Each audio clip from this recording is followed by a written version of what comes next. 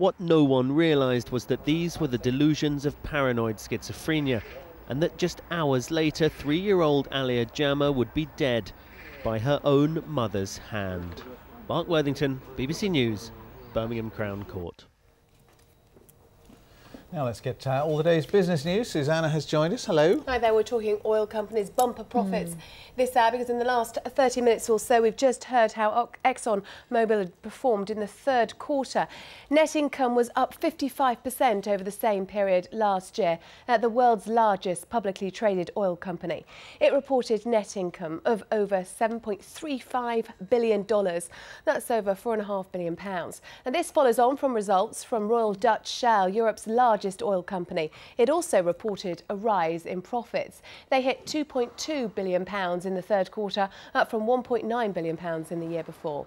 Shell produced 3 million barrels of oil per day from July to September, up 5% on the same period last year. Well, for more on this, we can speak to Holly Pattenden, who joins me now from the city. She's head of oil and gas analysis at Business Monitor International. Hello there, Holly. Hello. To what extent did these results exceed city expectations?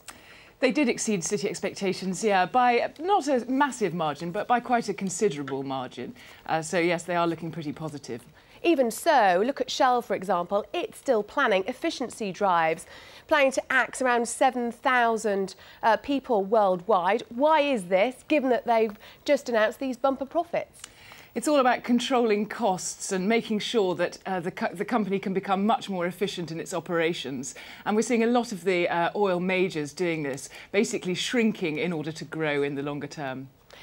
Looking at dividends as well, in contrast to BP, which hasn't paid out any dividends in the third quarter because of the Deepwater Horizon disaster, Shell paid out £1.4 billion to shareholders.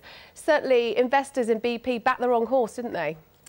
Well, the thing is, actually, until the Deepwater Horizon disaster, BP was looking really very strong, and it had overtaken Shell to become Europe's biggest oil company. But obviously, you can't predict these kind of disasters, and yes, it has had a fundamental effect on BP's share price, and so investors in BP are ruining their decision now. And to what extent now do you believe that investors are considering safety records before they invest in oil companies? Are you seeing any change because of Deepwater Horizon?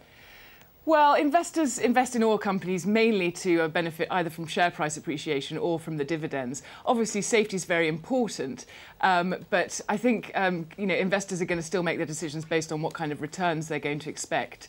I think BP's efforts to try and stop anything like this happening again are going to have quite a big impact on the amount it has to spend on safety, but ultimately it's all about returns. OK, well, Holly Pattenden from Business Monitor International, thanks very much for joining us.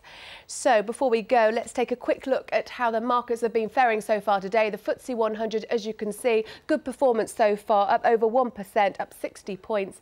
And that was boosted by those results from Royal Dutch Shell. Not such quite a good picture for Premier Foods. As you can see, down 7.4% so far today. And that's after they reported a decline in sales, particularly for its non-brand goods. But as you can see, they're right at the bottom of the board. Good performance for Royal Dutch Shell, up 0.5%. That's all from me for now. There'll be more throughout the afternoon with Rachel. Thanks. Thanks, Susanna. More business news coming up later. The time right now, a little after 1:45.